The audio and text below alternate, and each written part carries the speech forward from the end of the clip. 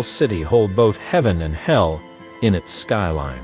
In Mumbai, the financial heart of India, glass towers rise beside tin rooftops, and billion-dollar dreams are built on streets where children sell flowers for a few coins. India is a land of contrasts so sharp they could cut through steel. A country where over 150 billionaires live among more than 800 million people who survive on less than $3 a day. It's not just inequality. It's two civilizations breathing the same air. Picture this. To your left stands Antilia, a vertical palace of 27 floors owned by Mukesh Ambani, one of the richest men on earth. Inside, chandeliers glow like captured suns, and 3 helipads wait for guests who never walk. The walls are lined with marble from Italy, the gardens float above the clouds, and a private staff of 600 people keeps the lights shimmering day and night. The mansion is valued at $2 billion, and yet from its windows, you can literally see Dharavi, one of the largest slums in Asia. In Dharavi, over 1 million souls share less than 3 square kilometers of space. Here, narrow lanes twist like veins, homes are stacked like bricks of hope, and every inch of life is recycled. People melt plastic, stitch leather, mold clay, and sell everything from scrap metal to handmade art. Children laugh barefoot on the dusty roads, while women balance buckets of water on their heads with silent grace. The scent of spices fights the smoke of burning trash. It's chaos, but it's alive. These two worlds, Antilia and Dharavi, are less than 2 kilometers apart. Think about that. The richest home on earth, and one of the poorest neighborhoods, separated by a 10-minute drive. That's not just geography. That's destiny, written in contradiction. Yet both sides wake up to the same sunrise, celebrate the same festivals, and pray under the same sky. India's power lies in that paradox, the ability to hold both suffering and splendor without tearing apart. To understand India is to walk between these extremes. It's seeing a man in a Ferrari stop to touch the feet of a beggar during a festival, out of faith. It's hearing a temple bell echo through a luxury mall. It's a country where despair and devotion coexist, and where every contrast tells a story about human endurance. So, as we travel through this journey, we'll see the palaces and the pavements, the billionaires and the dreamers, the despair and the beauty, all living side by side in the same heartbeat. If stories like this make you see the world differently, then give something back. Subscribe now and join our community of world explorers. Because when you understand extremes like this, you don't just learn about a country, you learn about humanity itself. India's wealth is not quiet. It glitters. It roars. It stands tall in the middle of crowded cities, like a symbol of unstoppable ambition.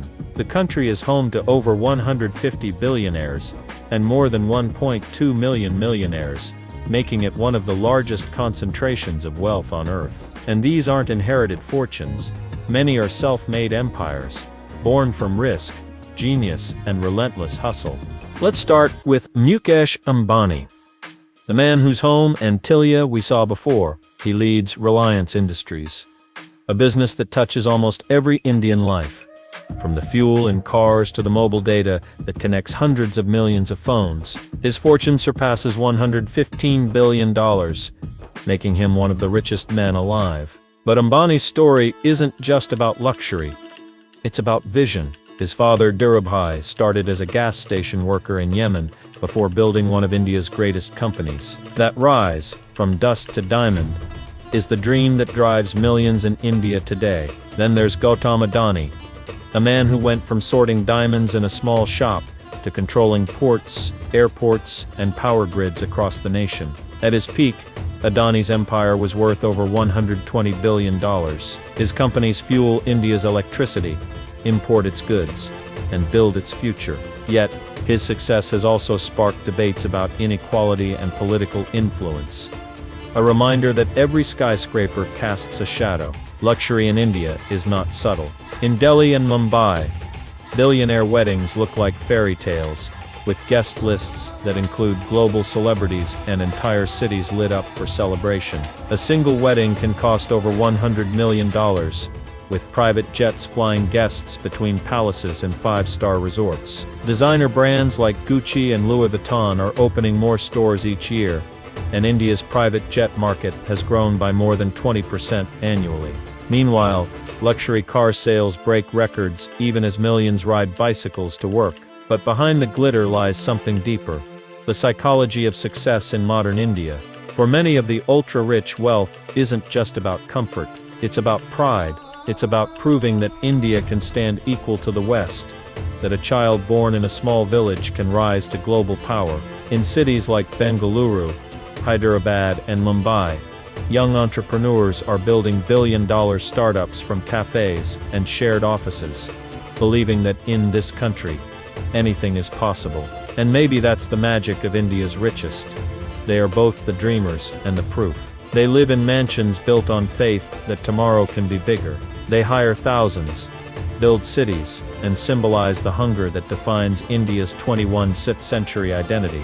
Yet, as the skyline rises, so does the question: how far can a country climb when half its people are still at the bottom?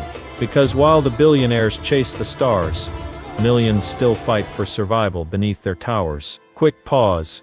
Are you enjoying this journey so far? If you are, tap that like button and help us reach more curious minds around the world. Next, we'll step into the other side of this story, the world where money doesn't flow, but life never stops fighting. Now let's cross the invisible line, from the towers of marble to the labyrinths of tin and tarpaulin.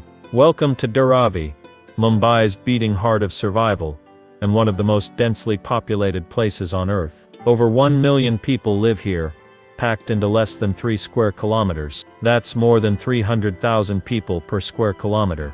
Imagine the entire population of a small country living shoulder to shoulder, sharing walls, air and dreams. To an outsider, Dharavi might look like chaos: tangled wires, endless alleys, water dripping from rooftops made of rust. But step inside, and you'll find rhythm. Every sound has purpose: the clang of metal, the hum of sewing machines, the crackle of oil in frying pans. This isn't just a slum, it's an economic ecosystem worth more than $1 billion a year in informal production. Here, people recycle plastic, craft leather, make pottery, and produce handmade goods exported across continents. Poverty here doesn't mean laziness, it means creativity under pressure. Life in the slums isn't just about what people lack, it's about what they build.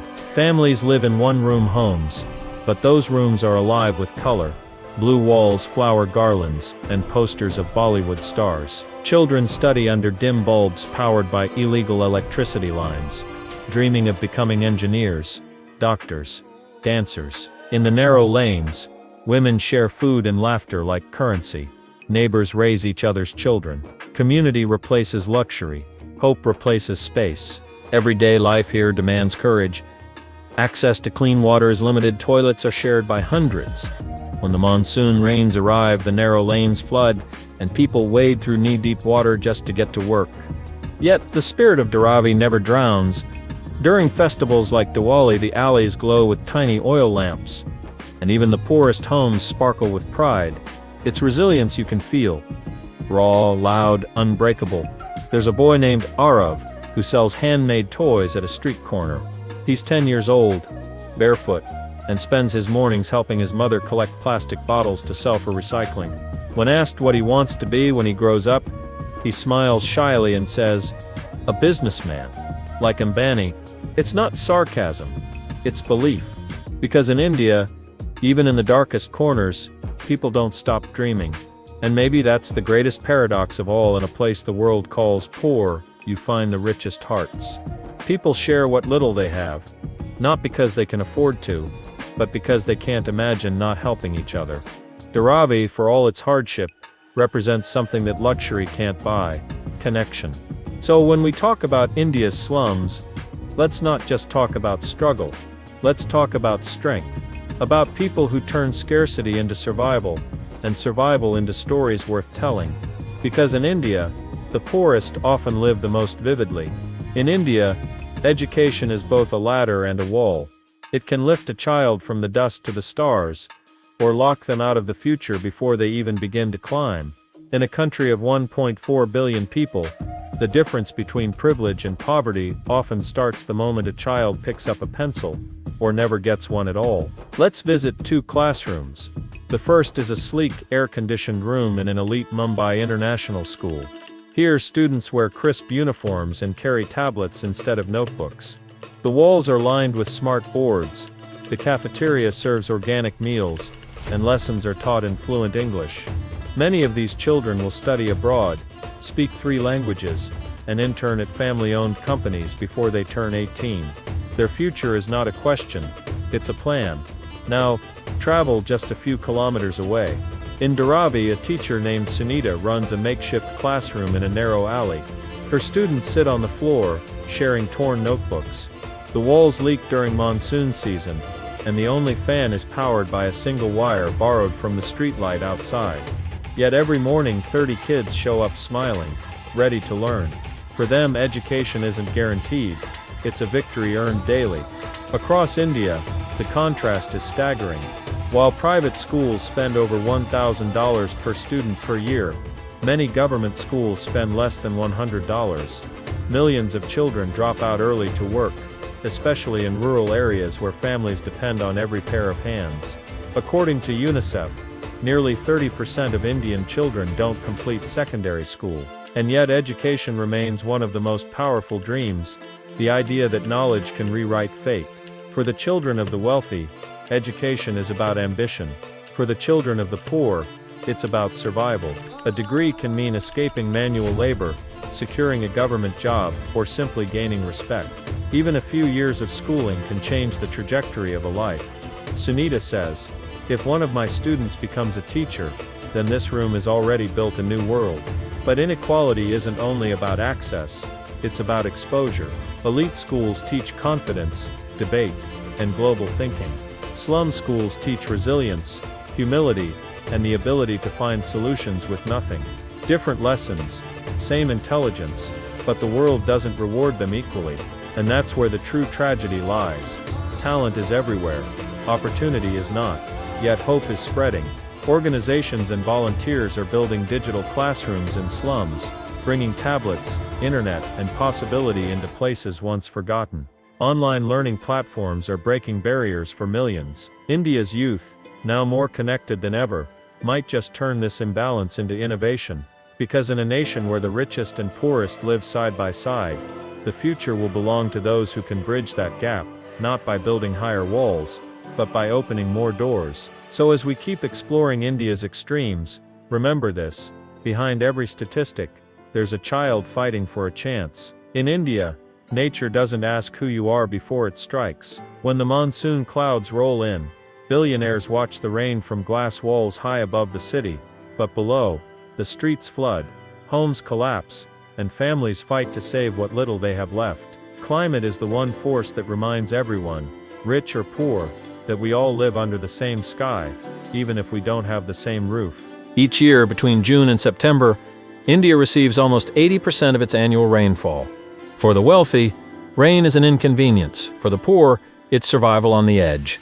In slums like Dharavi, water seeps through tin roofs, mixing with sewage. Streets turn into rivers. People sleep on raised beds to keep dry. Children splash in puddles that hide electric wires. Yet, despite the chaos, life goes on because in India, stopping is not an option. While some drown in floodwater, others choke in heat. Cities like Delhi and Ahmedabad now face temperatures exceeding 48 now or 118 Fahrenheit during summer months. For millions without air conditioning, the heat isn't uncomfortable, it's deadly. Each year, hundreds die from heat stroke, while those in luxury towers turn up their air conditioners, unaware that their comfort deepens the power crisis just a few kilometers away. But the effects go beyond weather. They shape opportunity. Farmers in drought-stricken villages lose entire crops, forcing families to migrate to cities like Mumbai or Delhi, where they often end up in informal settlements. Climate change for them isn't a debate, it's destiny. A failed monsoon can mean hunger, debt, and a one-way ticket to urban poverty. Still, amid this storm there's resilience, an unbreakable will to adapt. In Kerala, communities are building floating schools and homes to withstand floods. In Rajasthan's deserts, women dig step wells to collect rainwater, keeping ancient traditions alive. Solar panels shine on rooftops that once had nothing but dust. Across India, survival has always been innovation disguised as necessity. Even the wealthy are awakening. Billionaires like Anand Mahindra and Ratan Tata have begun investing in sustainability projects, from electric vehicles to renewable energy, trying to balance prosperity with responsibility. But the question remains, can luxury and empathy coexist? Can a country rise without leaving its most vulnerable behind in the flood? India's climate story is more than numbers, it's human. It's about a rickshaw driver who pedals through waist-high water to earn a few rupees. It's about a child in a slum who sees rain as both a blessing and a curse. It's about the quiet heroism of endurance, the ability to rebuild again and again after every storm. Because in India, even the weather reflects the extremes of life, cruel, generous, and breathtakingly alive. In India, dreams have a price, and not everyone can afford to pay it. The country's economy has grown faster than almost any other in the world, yet the gap between rich and poor has become an abyss. The top 1% of Indians now hold over 70% of the nation's wealth, while millions still struggle to buy a simple meal. For every skyscraper that rises, there's a shadow stretching over a family that may never escape poverty. Inequality here isn't hidden, it's visible in every detail. You can see it in the skyline, where marble towers stand above corrugated rooftops. You can taste it in the air, in the perfume of five-star hotels, and the smoke of street vendors cooking over open fires. You can even hear it, the quiet hum of luxury cars sliding past rickshaws, rattling on the same road. In India, wealth and want speak different languages but live in the same sentence. The cost of survival often means sacrifice. Millions of workers leave rural villages for cities, chasing the promise of a better life. They build the very buildings they'll never live in. Construction workers, cleaners, drivers, cooks. They make the city shine, but go home to dark rooms. Some send money back to families hundreds of kilometers away, dreaming that their children will have what they never did, choices. Then there are the invisible workers, women who clean homes and luxury towers but return each night to tin-roofed slums. They polish marble floors they'll never own, wash dishes for people who don't know their names. Yet many say they're proud because their children go to school, because they're part of something bigger. Hope in India is currency too. For the rich, inequality often feels far away, until it's right outside their window. India's cities are full of contrasts so close they collide. Outside Ambani's mansion, guards stand beside beggars. Outside luxury malls, barefoot children sell balloons. It's not cruelty, it's coexistence. The country doesn't hide its imbalance, it carries it like a mirror. But inequality isn't only about money, it's about access to healthcare, education, clean water, dignity. It's about the invisible ceilings that stop people from climbing higher no matter how hard they work. In a nation of billions, competition is fierce, and opportunity is often dictated by where you're born, not what you can do. And yet, something extraordinary keeps the country moving. Faith. People believe that tomorrow can be better, even when everything around them says otherwise. Every street vendor, every migrant, every child studying by candlelight is proof that in India, dreams don't die easily. They may cost everything, but they are never abandoned. Quick pause. If you're feeling the power of these contrasts and the resilience behind them, leave a like or a lum. It helps this story reach more people who need to see how incredible and complex the world truly is. Because inequality might divide lives, but understanding can connect hearts. If there's one force that defies the gravity of inequality in India, it's faith. Religion and tradition are not just beliefs here. They are the rhythm of life itself. In a land where billionaires pray beside street vendors, where palaces and shacks alike glow with the same sacred light, faith becomes the bridge between worlds that would otherwise never touch. Every dawn, temple bells echo through the air of Mumbai. Their sound travels beyond marble walls and tin roofs, calling both the rich and the poor to pause, even for a moment, and remember something greater than wealth. A businessman in a tailored suit bows before the same deity as the barefoot woman who cleans his office. A beggar and a billionaire both light candles on Diwali night, whispering different prayers under the same sky. India is home to more than 1.4 billion people and thousands of faiths and rituals. Hinduism, Islam, Christianity, Sikhism, Buddhism, Jainism, and countless local traditions. But despite these differences, festivals unite the nation in ways that nothing else can. During Diwali, the festival of lights,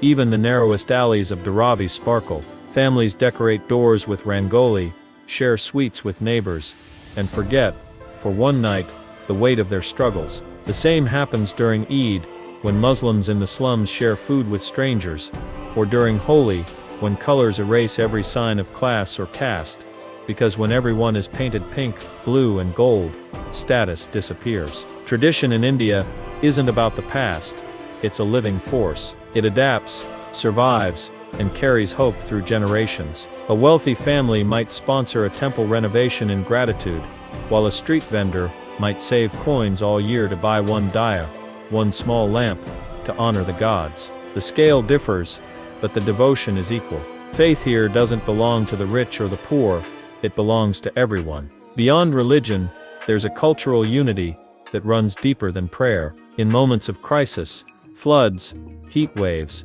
pandemics, people in India instinctively come together. Neighbors share food, strangers offer shelter, communities rebuild what nature destroys. This is not charity, it's tradition, a belief that kindness is a duty, not a choice, and it's not just spiritual. The spirit of unity is woven into daily life, in Bollywood songs that celebrate love over status, in cricket matches, where millions cheer for the same flag, in the unspoken understanding that despite everything, they are all part of the same story. For a country built on contradictions, India's greatest miracle is this invisible thread of belonging. It ties billionaires in their glass towers to workers in the crowded streets below. It turns chaos into connection, and diversity into identity. Because no matter how divided the world seems, when the drums of a festival beat across the cities, everyone dances, together. If India's present is defined by contrast, its future is defined by ambition. More than 65% of India's population is under the age of 35, the youngest large nation on Earth. That means hundreds of millions of dreams, burning bright in the eyes of a generation that refuses to accept the limits of the past. For them, inequality isn't just an obstacle, it's a challenge. And every day, they're fighting to rewrite the rules of what's possible. In the glittering city of Bengaluru, often called the Silicon Valley of India, young entrepreneurs are building startups that compete with global giants. In cramped co-working spaces, teenagers design apps that help farmers sell crops directly, women learn coding after night shifts, and students from slum neighborhoods teach themselves English and AI on second-hand phones. Technology has become the new equalizer, a digital doorway to a better life. Yet the fight is far from fair. While elite universities like the Indian Institutes of Technology produce world-class engineers, millions of capable young minds can't even afford internet access. In rural schools, power cuts interrupt online classes. In slums, children study on rooftops to catch a Wi-Fi signal from nearby offices. But even with these odds, India's youth keeps showing the same unstoppable energy that built its billionaire's grit. Take the story of Neha, a girl from a small village in Uttar Pradesh. Her father works as a rickshaw driver, her mother sells tea, with a borrowed smartphone and free YouTube tutorials. Neha learned to code. At 19, she was hired by a tech company in Delhi, earning more than her parents combined. When asked how she did it, she said, "The world gave me limits. The internet gave me wings." This is the India that doesn't make headlines, the quiet revolution of opportunity. NGOs, grassroots organizations, and young changemakers are turning slums into learning hubs, teaching children skills that match the global economy. English lessons beside chai stalls, coding classes under bridges, design workshops inside old warehouses. Progress happens in the most unexpected places. Still, inequality lingers like a shadow. The wealthiest students study abroad, while millions of others juggle work and education.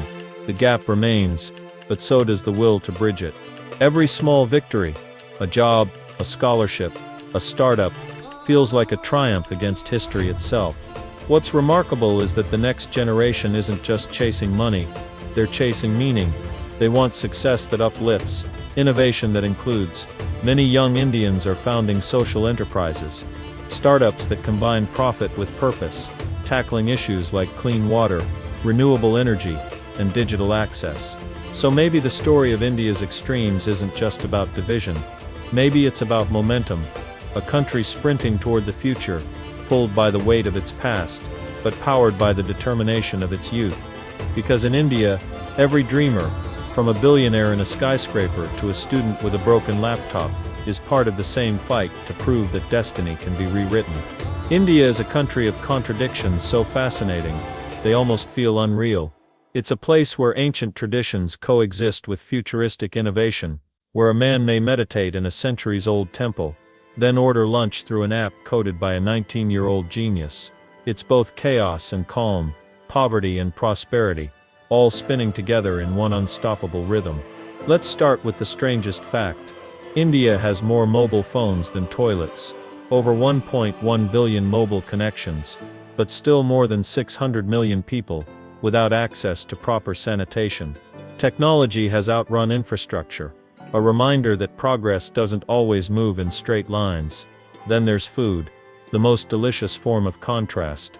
A billionaire's banquet might serve truffle-stuffed naan and gold-dusted desserts, while just outside, a street vendor sells a plate of spicy chat for 20 rupees, less than 30 cents.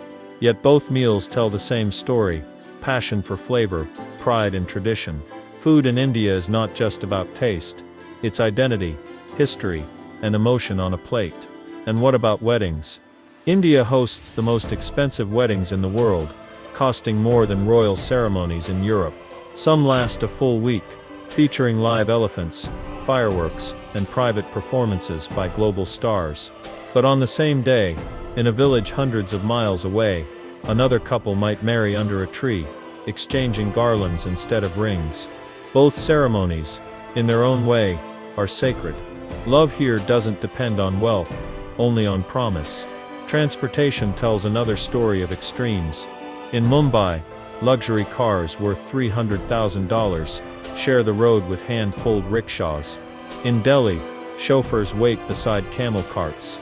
And across the nation, millions travel daily, on overcrowded trains, hanging from doors, sharing songs and stories as the landscape rushes by. It's dangerous, exhausting, but somehow, deeply human. Then there are the paradoxes that make India so poetic. The country with the world's largest film industry, Bollywood, also has millions who can't afford cinema tickets.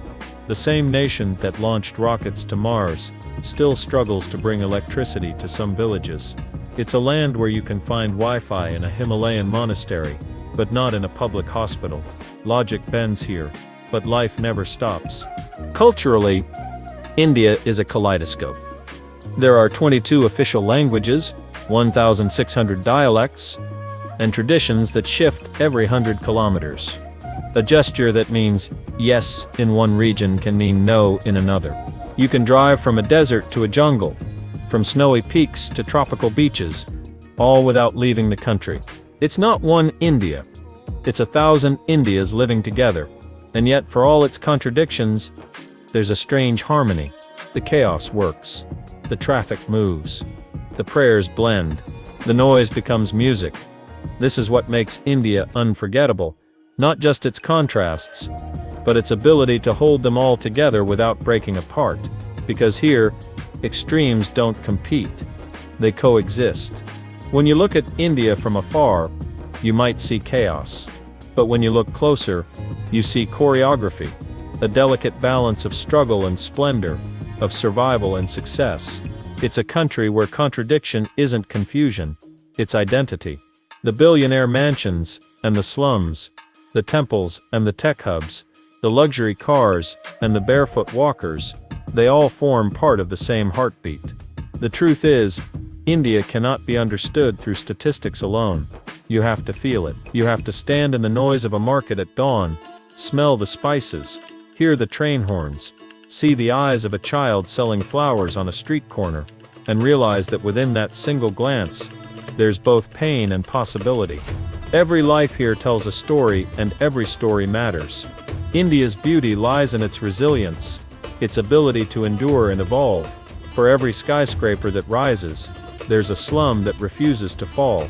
For every billionaire, there are 1,000 dreamers climbing, inch by inch toward something better. The gap between rich and poor may seem infinite, but the bridges built by hope, faith, and human connection are stronger than they look. It's easy to judge a place by its extremes, but maybe India's extremes are its greatest lesson, that humanity is not defined by what we have, but by how we live together, despite the differences. Because even in the hardest corners of poverty, you find generosity. Even in the highest towers of wealth, you find longing. Everyone is chasing something. Peace, pride, belonging. The country is both a mirror and a teacher. It reflects our world's greatest challenge, inequality, but also its greatest strength, compassion. India forces us to ask uncomfortable questions. How can so much wealth exist beside so much need? Why do we look away from the imbalance we all help sustain? And what would it take to build a future where the walls between these two worlds finally fall? Yet amid all these questions, India still smiles. It still dances. It still believes. Because for all its contradictions, it carries something the world desperately needs. The courage to live fully, even when life is unfair. So as we close this journey, remember, behind every skyscraper window and every slum door, there's the same heartbeat. Human, fragile, unstoppable. If this story made you feel something, if it opened your eyes to how connected we all are, leave a comment below. Tell us what moved you most about India's extremes. Because the more we share stories like this, the closer we come to understanding not just countries, but ourselves.